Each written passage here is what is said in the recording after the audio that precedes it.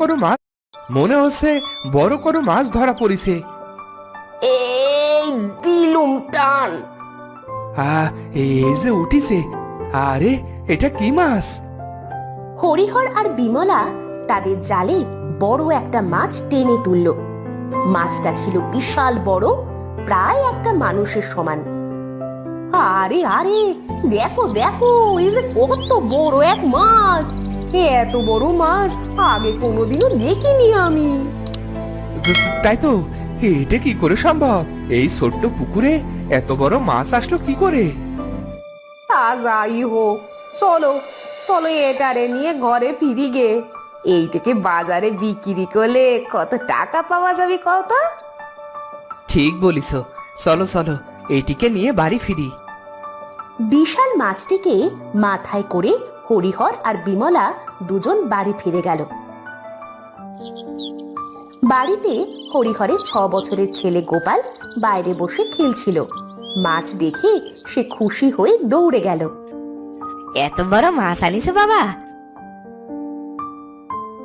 হ্যাঁ রে বাপ, দেখ কত বড় মাছ আনিছি তোর জন্য। মা মা, এই মাছটা কি করবে এখন? কি আবার কইরব, এটাকে তো আর আস্ত বিক্রি করা যাবে নি। দেখি কেটে কুটে বিক্রি করার ব্যবস্থা করতে হবে নি। এই এত বড় মাছ কাটবে কেমন করি মা? এত বড় মাছ তো আগে কোনোদিনও দেখিনি। কোনোদিনও দেখিসনি তো কি হয়েছে, আজ দেখ। হয়েছে হয়েছে, সর দিঘি, আমাকে তো আবার মাছ খাইতে হবে নাকি? বিমলা আর হরিহর দুজন মিলে হাত লাগিয়ে মাছ কাটা আরম্ভ করলো। গোপাল পাশে দাঁড়িয়ে সব দেখছিল, কিন্তু মাছ কাটতে কাটতে ঘটে এক আজব ঘটনা। মাছের পেট থেকে বেরিয়ে আসে এক ছোট্ট শিশু। তার উচ্চতা বাকি শিশুদের মতো নয়, সে ছিল অনেক ছোট। হায় হায়, এ কি কাণ্ড গো! এ যে দেখি এক শিশু। কই কই দেখি, এ কি আজব ঘটনা! মাছের পেট থেকে মানুষের বাচ্চা বেরোলো কেমন করে? দেখো তো এই শিশু বেঁচে আছে কিনা। দিব্যি বেঁচে আছে। এই যে দেখো, মনে হচ্ছে মাছের পেটেই আরামে ছিল। কিন্তু এই বাচ্চাটা এখানে এলো কিভাবে? সত্যি তো, এমন বাচ্চা আগে দেখিনি কোনোদিন। মা মা, ও কে গো? ওকে আমাদের সাথে থাকবি এখন থেকে? কার বাচ্চা কিডা জানে, কি ফুটফুটে শিশুটা। আচ্ছা, তবে কি তখন আমি এই বাচ্চাটারই আওয়াজে পেয়েছিলাম নাকি? কিন্তু এ কেমন করি সম্ভব বলো তো? মাছের পেটে থাকা শিশুর আওয়াজ আমরা জলের উপর থেকে শুনলুম কেমন করি? তা যাই হোক, বাচ্চাটাকে আগে ঘরে তো নিয়ে যাই, তারপরে ভাববো খন। কি মজা কি মজা, ও আমাদের সাথেই থাকবে।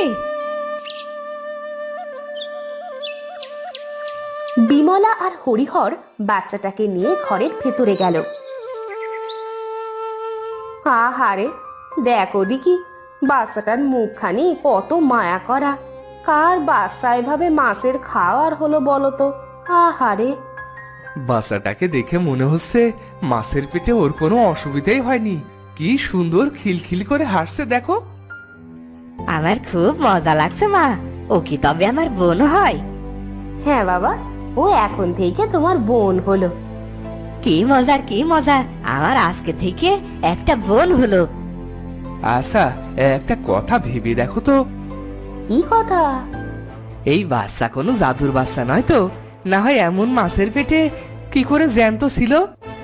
তাই তো, এটা তো আগে মাথায় আসেনি।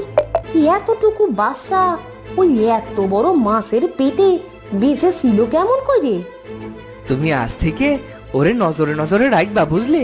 আমার কেমন জানি ঠেকছে। ঠিক আছে, নজর রাখবো খন। তা ওরে খাওয়াবোটা কি শুনি? খানিকটা দুধ কিনে নিয়ে আসো না। আহারে, না জানি কত সময় না খেয়ে আছে মেয়েটা। বেশ, আমি দুধ এনে দিচ্ছি। হরিহর চলে গেল বাচ্চাটার জন্য দুধ নিয়ে আসতে। আচ্ছা মা, আমরা ওরে কি বলে ডাকবো? ভেবেছিলাম আমার একটা মেয়ে হবে, আর তার নাম রাখবো রূপা। তা তো আর হইল না, তা ওরই নাম দিলাম রূপা। আহ কি মজা, আমার বোনের নাম রূপা।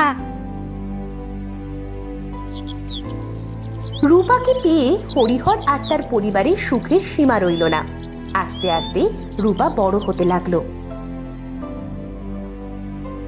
রূপার বয়স যখন 13 বছর, তখন রূপা, ও রূপা, কই গেলি মা? এদিকে আয়, ভাত খাবি নে।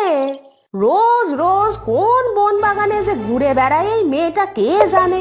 এত মানা করি তবু এ মেয়ে কানেই নেয় না। এই ভর দুপুরে চেঁচাচ্ছ কেন বাপু? রূপাটা যে কোথায় গেল? এই মেয়েটা এত দোষী হয়েছে না। তা হোক না একটু দোষী, তাতে কি ক্ষতি হয়েছে শুনি? একমাত্র মেয়ে আমার, তো তুমি ওকে বকবে না বিমলা, এই বলে দিলুম। আহা, বয়স তো কম হলো না বাপু। এই বয়সী মেয়ে এত দোষী হবে কেন শুনি?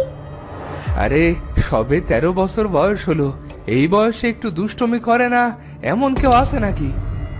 তুমি আর লাই দিও নি বাপু। এ এত দুরন্তপনা করলে কপালে দুঃখ আছে, দেখে নিও।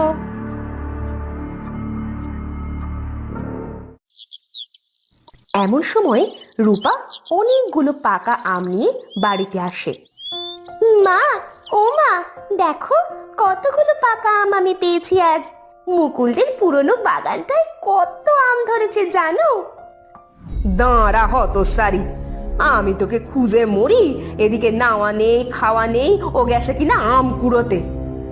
তুমি রাগ করো না মা, আমি তো তোমাকে খুশি করতে এই আমগুলো নিয়ে আসলাম। হয়েছে, আমাকে খুশি করতে ওই বন বাজারে ঘুরতে কে বলেছে শুনি? এর যদি দেখেছি। আর হবে না মা, এই নাও কত পাকা আম। দাওয়ায় রেখে খেতে আয় শিগগির, ও আমি পরে দেখে নেবক্ষণ। খাবার যে ঠান্ডা হয়ে যাচ্ছে। ঠিক আছে মা, যাচ্ছি। রূপা সারাদিন এখানে ওখানে দৌড়ে বেড়ায়। সে বড় চঞ্চল স্বভাবে। এই 13 বছরে তাকে যে মাছের পেট থেকে পাওয়া গেছে সেটা সবাই ভুলেই গেছে প্রায়। এভাবেই দিন কাটছিল সবার। একদিন গোপাল আর রূপা গ্রামের পথ দিয়ে বাড়ি ফিরছিল। এমন সময় তারা দেখলো একটা বিশাল জঙ্গল, যেটা ওরা আগে কখনো দেখেনি। এই দাদা, দেখ দেখ, ওই জঙ্গলটা কত গভীর, তাই না? হ্যাঁ তাই তো দেখছি, কিন্তু এই রাস্তায় আগে তো খেয়াল করিনি। আচ্ছা দাদা, জঙ্গলটা এত গভীরে, তাহলে ভাব এই জঙ্গলের ভেতর কত না জানি ফলের গাছ আছে, ফুলের গাছ আছে। তা আছে তো থাকুক, তা দিয়ে আমাদের কি? চল না দাদা, চল না, আমরা একটু ভেতরে যাই। মনে হচ্ছে এইখানে অনেক মিষ্টি ফল পাবো। না রূপা, মা বলেছে তাড়াতাড়ি বাড়ি ফিরতে, আর কখনো জঙ্গলে না যেতে। তুই কি ভুলে গেছিস নাকি? বেশি দূর যাবো নে দাদা, এই সামনেই যাবো, চল না। আচ্ছা চল, কিন্তু বেশিক্ষণ থাকবো না কিন্তু।